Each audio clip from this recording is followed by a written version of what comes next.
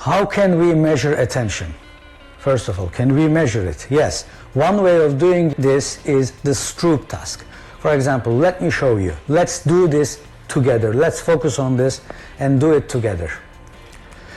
Okay, I want you to name the colors. Don't read the words, but name the colors. Blue, yellow, dark blue, red, black, pink, orange, green. All right? Now, another column will come. I want you to name the colors again. All right? Name the colors. Don't read the words, name the colors. Such as red, dark blue, black, yellow, blue. But if you noticed, it was something more difficult than the first one.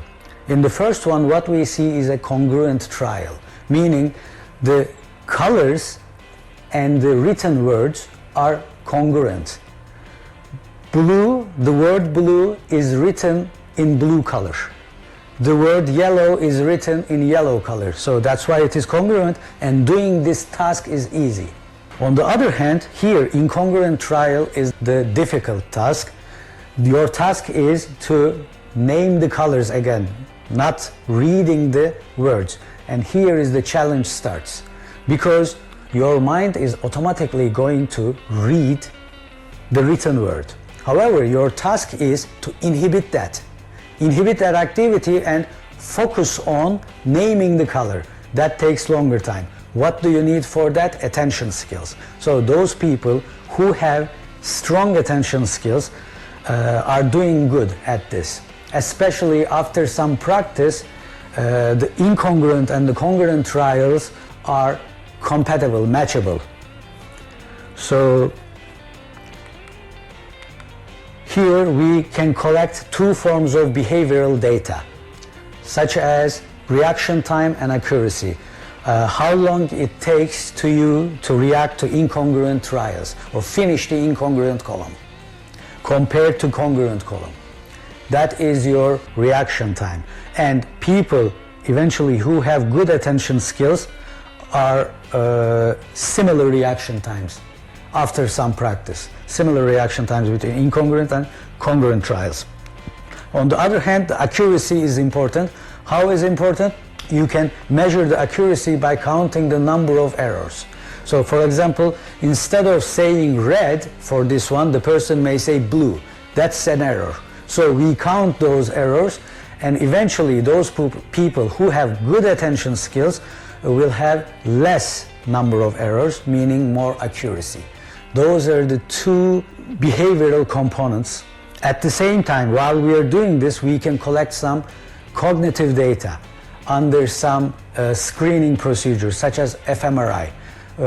Let's say, while the person is doing this task, what is happening on the relevant brain structures. That's what we use to do a screening procedure. All right, another one is the Erickson-Flanker task that is similar to some games we play actually. If you played, I don't know, but what happens is you have a target that you should focus on. This is your target, and you have the distractors around it. Your task is to focus on the target and eliminate the distractors, ignore the distractors, and if the target is showing arrow looking at the right side, you press on the right arrow. That is your task. This is a congruent trial, kind of easy. The incongruent trial is all around. The target is looking at some point, but the distractors can look anywhere. So you have to able to inhibit the distractors while focusing on the target and do the task. Press on that, and you have to do this as soon as possible. Like those stimuli do not stay there for all day. Don't stay there. They will stay for about 500 milliseconds. That is about half a second, and you have to respond within that time. So you have to attend and quickly respond. That is how we measure attention. On the other hand, can we improve attention? Absolutely. There are similar games. You can find the applications online, such as migrating animals. lost in the migration. This is something similar to what I showed you in the previous slide. Look, this is the target stimulus, and around them you see the distracting stimuli. So what you will do is focus on the target, avoid the distractor, and respond as soon as possible. That increases our attention skills. On the other hand, how can we improve our attention skills? This is coming from Erik Erikson, one of the phenomenal theoreticians in psychology, that he showed us that the development is a lifelong process. It is a lifelong process, and according to him, this is coming directly from him, if you want to have a healthy late adulthood, get some hobbies, such as hobbies what? Playing card games, right? Interacting with people. That way you will have intact attention skills, cognitive skills, by interacting with people. But how are you going to gain those hobbies? You cannot gain them in late adulthood. You will gain them when you were young. So be a communicative person, right? Communicative person. Be a social person. Interact with the surrounding. Make friends and get some hobbies.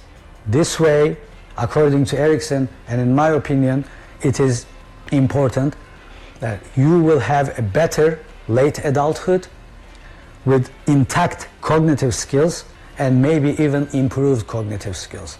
So here, in this lecture, what I wanted to show you is that attention skills are limited. However, with this, I'm not trying to say that you cannot pass the limits. You can pass the limits.